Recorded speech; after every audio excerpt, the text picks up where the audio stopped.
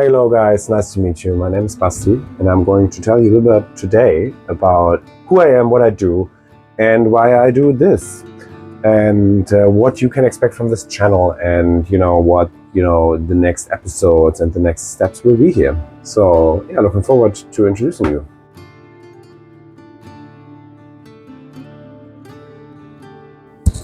Yeah, so why did I decide to embark on this journey and also take my two cats, Olaf and Esther, with me? Is pretty easy explained. I started sailing 10 years ago in Berlin on the Wannsee. It's a pretty famous lake in the city.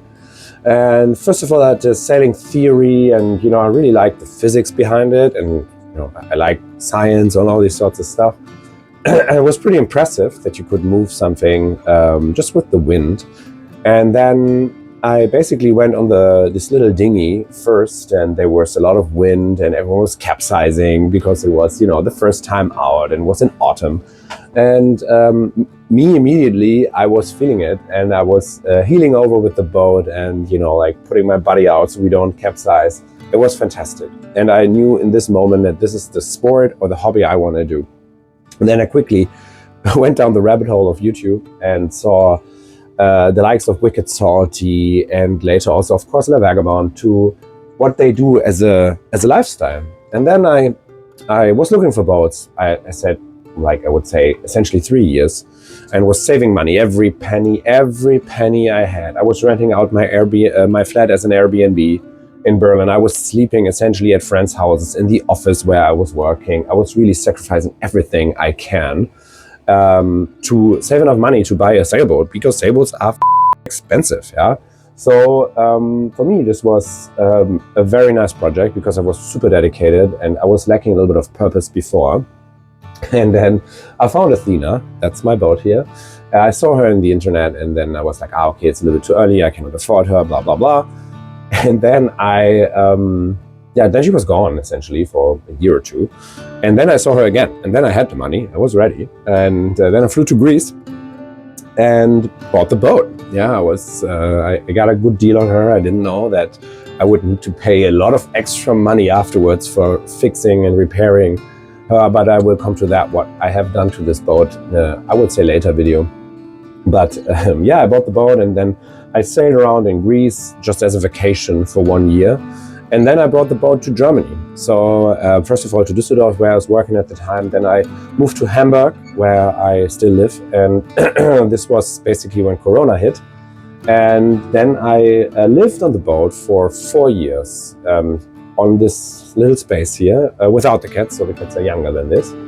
And I was then, I was dreaming about this. I want to go. And I want to spend at least a year or two exploring the world, essentially. I've never traveled that much in my life. And then I never did it because then I had engine troubles, then I needed a new sail, I needed a new mast, everything. And now I'm basically just decided to go for it, because nothing will stop me in the end, or everything tries to stop me, because still the boat is a mess. Yeah, there's technical stuff I could do. I've replaced a bunch, like new autopilot, new batteries, new charger. The engine asset is overhauled. So I'm pretty confident that this will be okay. But still, the boat will remain basically a maintenance horror. So I'm pretty sure that I will have a lot to do in the future. But I said, hey, I'm now 36 years old. I'm not getting any younger. And now's the time to do it. And that's why I did it. And of course, I need to bring my two pets with me. I cannot just leave them behind. So I am pretty much...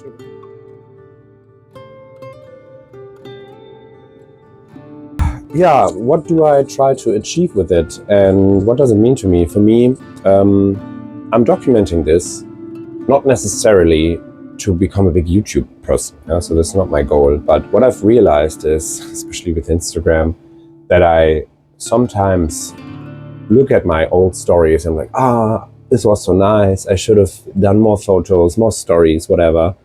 And, for me, this is also a way of course, it's a lot of work. Yeah. So creating these videos, but I enjoy it. I think, I've done 1 or 2 test things now. I enjoy it. And for me, this is a way of basically documenting it for myself. In the end, I want to not do this in particular for other people, but especially for me. Because I will look at this maybe in 10 years' time when I'm back on land, if so, yeah. Then I will look at this and say, hey, look what I've done. Look what I've achieved in my life. I had this project and I really did it. And, you know, I think we all work enough in our... So yeah, at what stage am I right now is, as you can see, the boat is a mess. Yeah? So everything is laying around. I have basic things I want to do. So I would say the boat is mostly ready. The boat is still in the water. I will show you this in a second. In very cold northern Germany. And I will take the boat out of the water in March next year. So it's 2024, basically 1 week to Christmas. And yeah, what I'm doing now is basically just creating a little bit more coziness and home feeling. I lived here 4 years on this boat, so I do know what I want. I do know how much space it has. I do know the downsides of my particular layout here. I will do a room tour soon as the boat put together again. So for me, it's like, hey, I want to install some electronics such as AIS, not AIS, it's a German word, AIS. I have an AIS system, but I need to basically connect it to my chart plotter. And in the end, you know, I just want to make it cozy. That's why I'm doing the headliners here. I realize now I need to redo them again because the material is not sufficient. I will do the headliner in the forepeak. I basically painted everything there and yeah, put it together in the end as well. And just make sure that you feel welcomed and warm here, because I will have crew at some point in the future to get the boat to the Mediterranean. And yeah, so I need to install all the gas installations. I just have like a little bottle here in the inside, and that's not super safe. And this I will do. And other than that, the boat is essentially done. Yeah, so I need to replace some technical stuff, as said, for the engine, and then I need to redo the underwater boat, the watership below the waterline, whatever, with anti-fouling.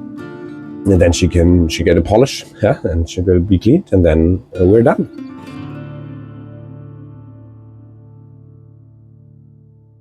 I want to go, and you know, for how long I cannot answer yet. It's really dependent if I like it or not. The long-term cruising I never did, so it was more like a vacation stuff, and I lived here, so I would say I know what's going on, but said I've never cruised in that longitude. And yeah, so I'm, as said, in the northern part of Germany. I hopefully can show you where it is at the moment on the screen. And I will sail first of all to Fehmarn, which is a German island in the Baltic Sea. And then I will go through the very famous Kiel Canal. I've done this multiple times now. Super easy, it's very boring to be honest. And then I will sail from there to Helgoland, which is the only offshore island Germany has in the North Sea. And then I will sail over the North Sea, yeah, to basically the Netherlands, and then maybe directly to France, and then like the usual way that you would take from here, like Cherbourg, Le Havre, over France. I hope I didn't butcher the name, by the way. I'm pretty sure I did. And yeah, and then my first slow down goal, where I don't do sailing, is Portugal, because I've never been to Portugal. I've never been to Lisbon. I've never been to Porto, so I really want to check this one out. And from there, I want to go into the Mediterranean and there really see what I like, because for me, this is also like a sabbatical vacation, whatever you want to call it. So I really want to take my time and enjoy it.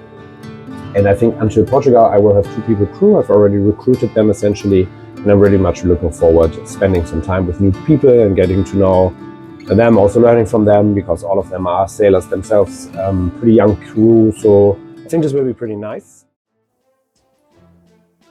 So what's on the agenda for today is essentially to measure out a hose, because the exhaust hose from the engine is not, it's broken and it loses water, and whenever I run the engine, essentially I have water and also fumes in the cabin, and that's not good. And then I actually wanted to do some more headliner, but I realized the material is not good. I will show you in a second. And yeah, other than that, I'm not sure what I will do today because I forgot my saw at home. And yeah, I will see, because I think there was a storm here and there's a little bit of a mess I can show you. Outside, so the heater is running. Oh yeah, so it's raining, you can see. This actually was on there. So this was not supposed to look like this. See, it's a little bit messy. Yeah, I need to go over here. So where I need to go, where I need to measure this hose, like the diameter and the outside and the inside diameter is like back there. I can maybe show you what I need to open here. So like back there, this little thing there, I need to open this up, but I first of all, of course, yeah, need to get rid of this mess.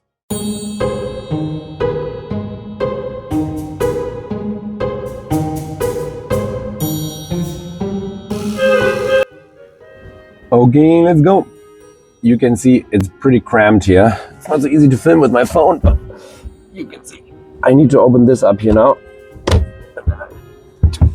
Get it out. Tell me why.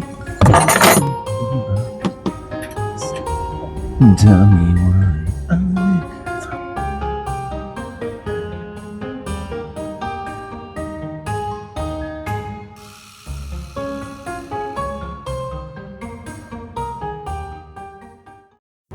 Well, I don't know if this is called a success, but it is off. But you see that essentially this here did not come off. Sorry for the bad camera, still new to this. Yeah, and here you see the problem. Yeah, so this hose is completely wasted. I still need to get the other stuff off, but I think it's not a problem once I have the clamps off here. And yeah, this is the hose. This is the hose I want to replace. So I need the outside, but also the inside diameter. But you can see it's, yeah, it's still attached. Let's.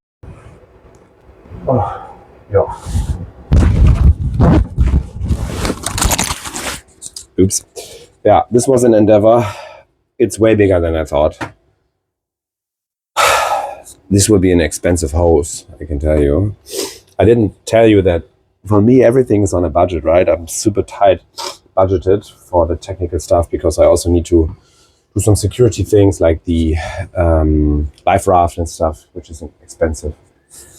But yeah, this is a must-have. So yeah, I'm going to buy a super expensive hose now. Do it. And yeah, I just wanted to tell you that I did some sailing before as well. So I had the boat in Greece, I said, and brought it to here. But only I sailed up, I think, up until Portugal. So I never checked out Portugal then. Engine was broken. I need to bring the boat back. So it was a little bit annoying, but you can see here, this is my former space where I was having the boat. And yeah, where was I? I told you that I had the boat. Then also here in the Baltic Sea, I did some sailing with the cats. They actually like it, so for them it's totally fine to sail. What I don't like is to do the engine. Yeah, so they're super afraid of this. Let's see if they get used to it. But yeah, let's see. And for me, it's like super cool that they do this, because if they wouldn't have done it, or like wouldn't have not been happy about it, I wouldn't have done it. So for me, this is quite nice. So let's see. Number 14. Yeah, here you can see between these two, I always need to go in. And the current is coming from this direction because this is a river, yeah? And the sea is back there. So, and here there's wind. It's coming always from this side. The channel's actually through. So you have a lot of current and wind pushing the boat always like this. It was super frustrating. Never do sailing alone. And then I had my autopilot issues and all these sorts of stuff that are luckily replaced now. And you cannot sail without an autopilot if you're a one-handed sailor like me. So single-handed, I think is the word. So yeah, I'm pretty stoked, as you can see, that I'm looking forward to the time when it's not cold anymore, because here in Germany it's like 1 degree now, and this is warm. Yeah, so it's winter now, and I need to find my motivation of doing this stuff. Yeah, and pull my hair. Whoop, up. Yeah. So I keep you posted, but at the moment I just need to get small things done because the weather's not so good, and yeah, I I think it's easier once the boat is out of the water and it's a little bit warmer next year.